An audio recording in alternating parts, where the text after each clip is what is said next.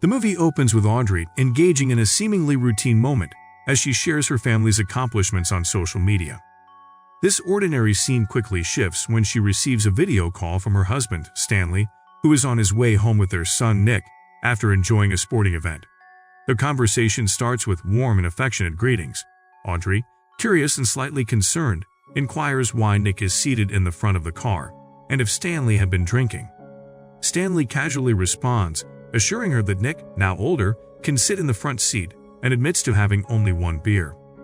This family moment is shattered when a catastrophic car accident occurs, leaving Audrey in a state of shock and disbelief. In the aftermath of the tragedy, Stanley, who miraculously survives the crash, reaches out to Audrey from the hospital using a nurse's phone. He is overwhelmed with guilt and remorse, insisting that the accident, caused by an uncontrollable truck, was not his fault.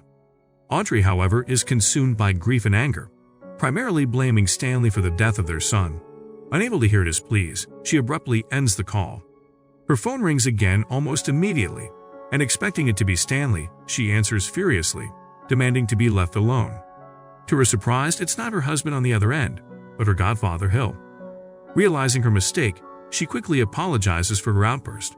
Her godfather, sensing her distress, introduces her to Cardinal Deagle, who brings unexpected news. Cardinal Deagle, with a blend of sympathy and intrigue, shares with Audrey about a secretive project under the Vatican's lead, aimed at aiding those who have suffered immense personal tragedies. Curious yet skeptical, Audrey asks for more details. The Cardinal, with a knowing smile, hints at offering her something extraordinary, a miracle. A pivotal scene unfolds as Audrey meets Cardinal Deagle at the church, poised to witness a moment that defies the boundaries of faith and science. The Vatican priests solemnly transport Nick's body to a secluded room, setting the stage for what seems like an impossible feat.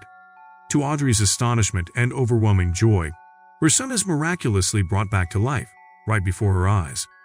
This extraordinary event, captured on video, quickly captures the world's attention, becoming a sensational news story.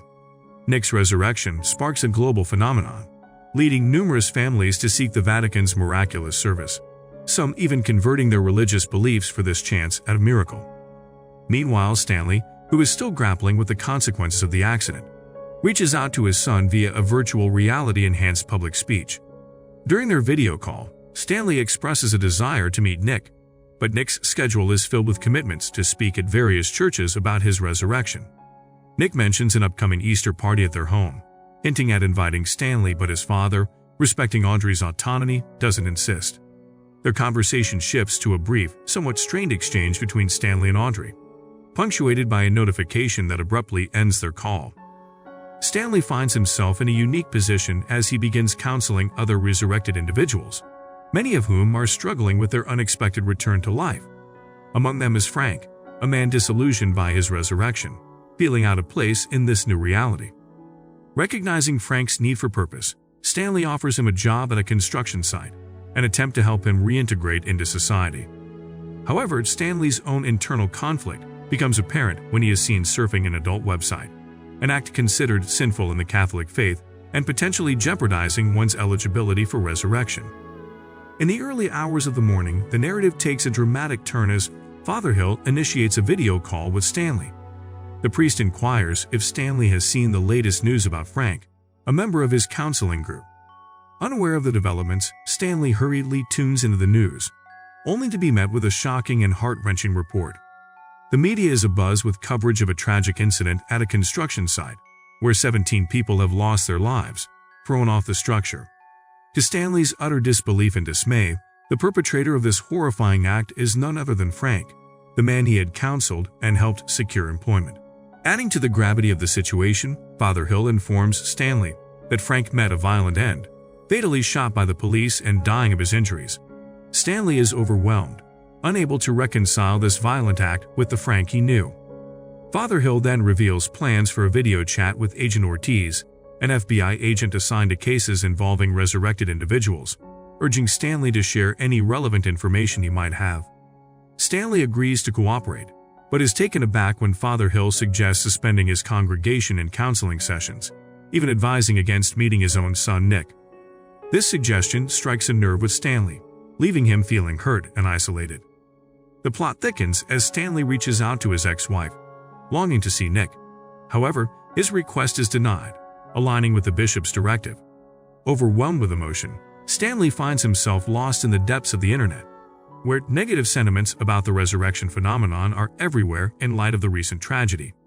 His attention is caught by a disturbing comment linking to a similar incident in Malibu, where a resurrected individual brutally murdered his family and was subsequently killed by the police while attempting to harm others.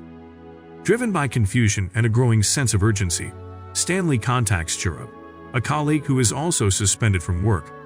During their conversation, he learns about her suspension and requests her assistance in uncovering information about David's counselor, which seems to have been erased from the internet. Their call is abruptly disconnected, leaving Stanley even more puzzled.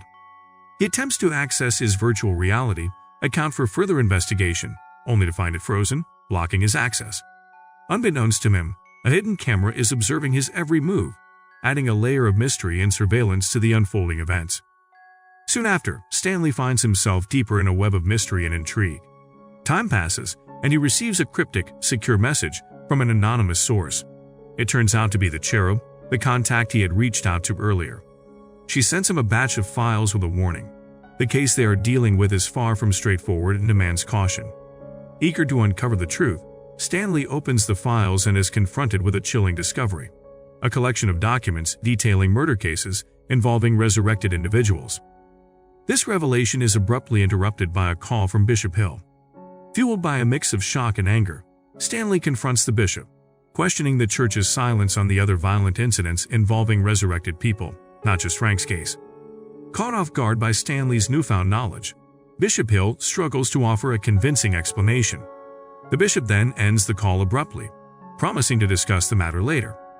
Determined to delve deeper, Stanley tries to reach out to the priests who counsel the culprits of these crimes. His efforts to contact them directly are unsuccessful, so he leaves messages. Soon, one of the priests calls back, leading to a baffling and unsettling conversation. The priest, speaking cryptically, implies that they are running out of time to prevent something dire, and that there are forces aiming to silence Stanley.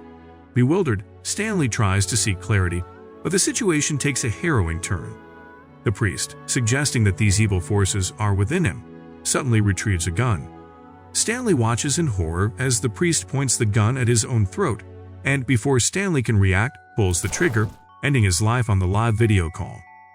Shaken and pale, Stanley urgently contacts Cherub, showing her the disturbing footage of the priest's death.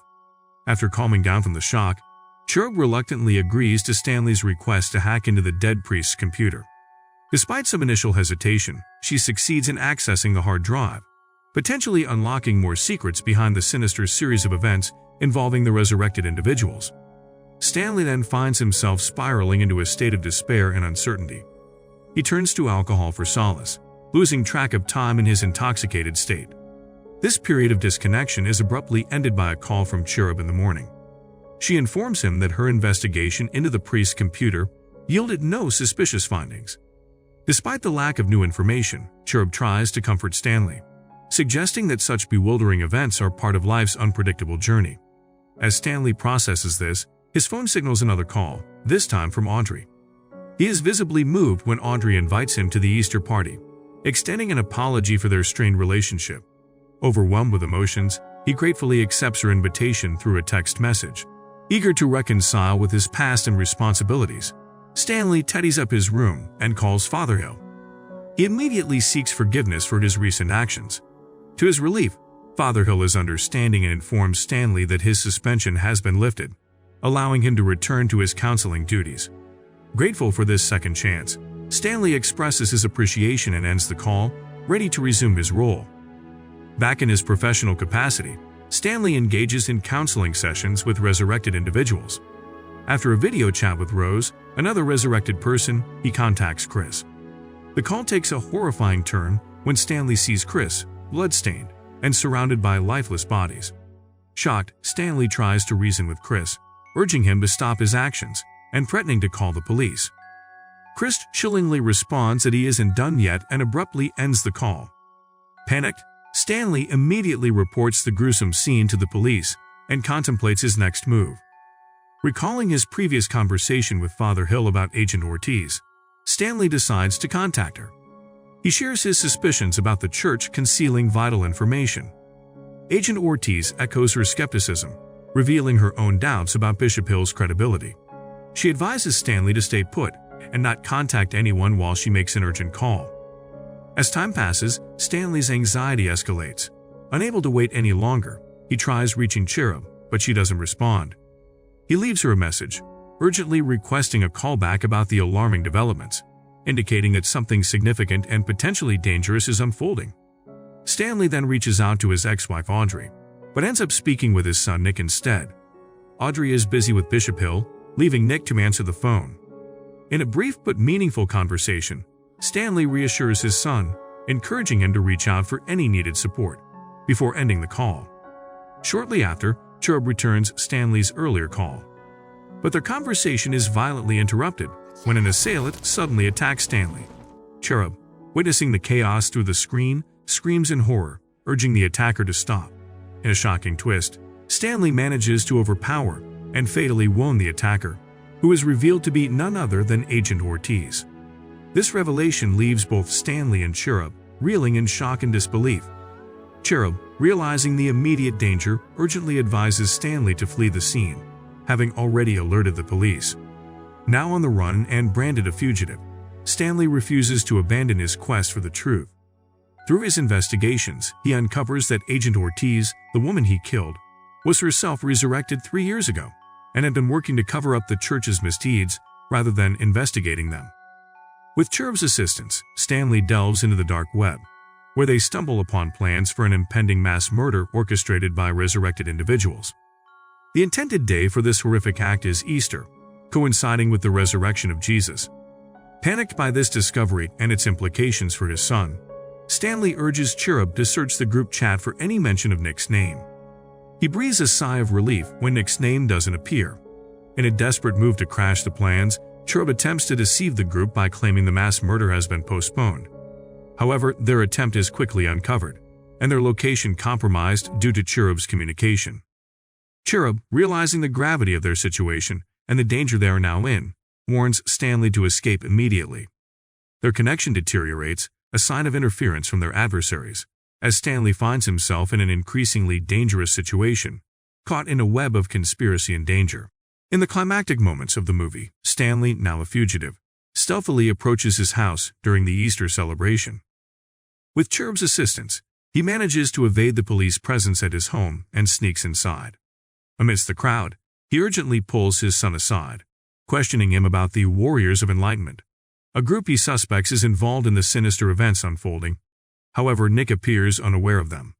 The tension escalates when Audrey, drawn by Stanley's raised voice, intervenes and demands he leave, especially upon sensing alcohol on his breath. Their confrontation is captured and streamed live by guests on their phones, adding a public spectacle to their private turmoil. Meanwhile, Cherub, checking in on Stanley, is suddenly interrupted by violent knocking on her door. Stanley, realizing the danger, urges her to flee, suspecting the assailants are the Warriors of Enlightenment. But before Stanley can react further, the police arrive to apprehend him. He manages to evade them and rushes outside, only to witness the town descending into chaos as the Warriors of Enlightenment commence their planned mass killing. In a desperate attempt to ensure Cherub's safety, Stanley instructs her to stay put. However, his worst fears are realized as he watches, through a live feed, Cherub being fatally shot. Devastated and grief-stricken, Stanley is overwhelmed by a profound sense of loss.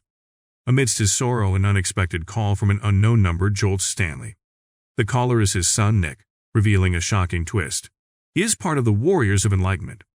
Nick chillingly explains his belief that only through such killings can the truly righteous be resurrected and become grateful. The horror escalates as Stanley learns that Nick has murdered all the guests at the Easter celebration, including Audrey, who lies in agony on the floor. The movie reaches its harrowing conclusion as Stanley, confronted with the unimaginable reality of his son's actions, collapses beside a parked car, utterly broken. His physical movements cease, his eyes fixed and empty, as Nick's call of "Dad" echoes in the eerie silence.